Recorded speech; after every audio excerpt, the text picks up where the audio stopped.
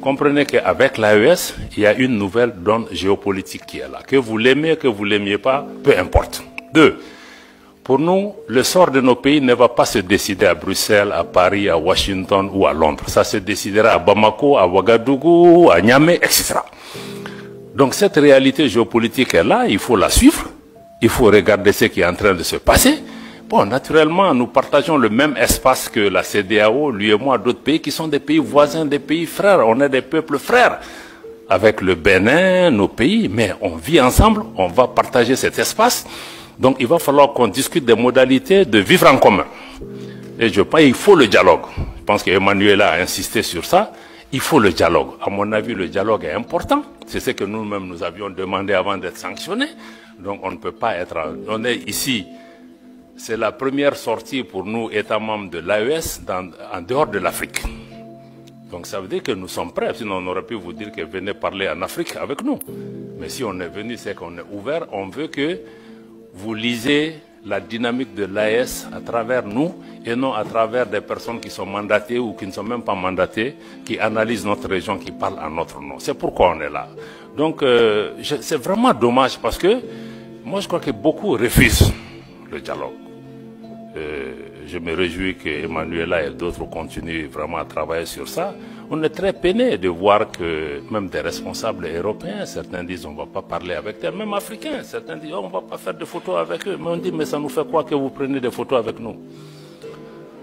Mais ça ne va pas changer. Nous on se bat pour le devenir de nos populations. On voit les gens qui meurent, moi une photo avec tel ou tel, c'est pas ce qui importe pour nous.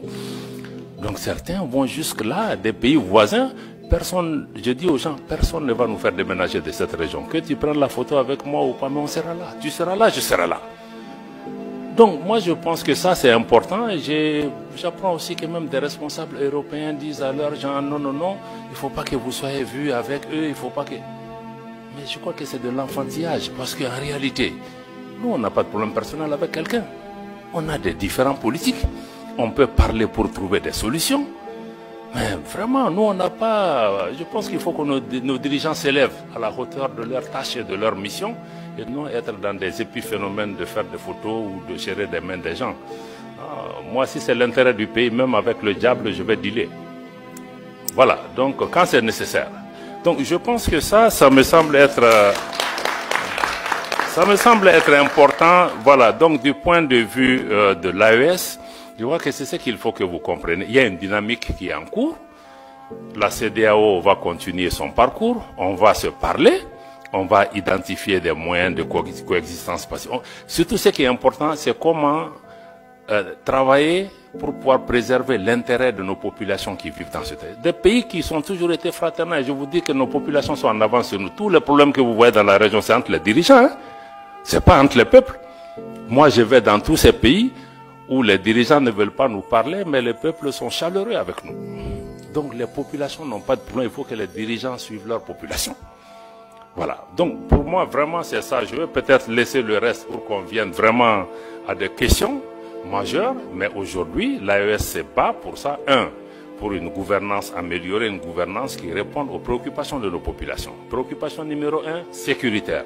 Sécuritaire pour reprendre en main nos États. Et ensuite créer des modèles de gouvernance qui veulent. 2, mais il faut une économie, il faut une transformation structurelle de nos économies pour que nos économies profitent à nos populations. Parce que toutes ces richesses qui sont là, nous au État de l'AES, nous voulons désormais discuter différemment avec ces États, parce que les anciennes puissances coloniales ou d'autres, il y avait des donnes qui étaient là, nous on n'est plus dans ça. On veut rabattre les cartes pour regarder, on veut naturellement que les partenaires qui viennent gagnent, mais qu'en priorité nos populations gagnent. Et on sait que les ressources sur lesquelles on est assise nous permettent de discuter d'abord pour que ça bénéficie à nos populations. Si d'autres partenaires en bénéficient aussi, c'est tant mieux. Donc nous sommes dans cette ouverture, réaffirmer notre souveraineté, y compris la souveraineté économique, le contrôle de nos matières premières, qu'on puisse discuter les choses par rapport à ça. Et sur le plan global, nous voulons travailler au niveau pour un monde multipolaire. Un monde où ce n'est pas un club de 2, 3, 4 pays qui contrôlent le monde, mais que les forces politiques, économiques, sociales qui sont apparues dans le monde, que chaque voix compte, qu'il y ait plus d'équité, que la politique de 2 poids, 2 mesures, ça cesse. Qu'on cesse aussi d'instrumentaliser les Africains les uns contre les autres, parce que moi je trouve que même notre différend avec la CEDEAO, c'est d'autres qui nous distraient. On n'en a pas besoin.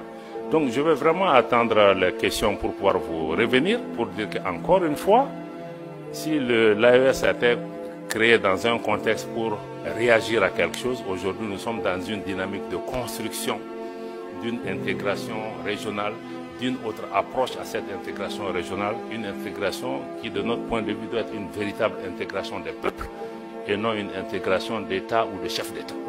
Voilà, c'est vraiment la dynamique que nous partageons avec le Burkina et le Niger. Et aujourd'hui, sur le plan de la sécurité, nous travaillons, il y a des résultats probants sur le terrain. Le Mali, aujourd'hui, après 10 ans de présence étrangère, a aujourd'hui le contrôle de l'ensemble de son territoire national. Et la reprise de Kidal, il y a quelques mois, est un exemple concret. Et il y a beaucoup de Kidal qui vont se passer aussi sur le terrain, dans notre espace. Nous souhaitons que vous soyez des observateurs objectifs avisés et que vous regardez comment vous engagez avec cet espace. Mais avec ou sans vous, nous allons avancer. Il faut que les gens aussi comprennent ça. Si les Européens ne sont pas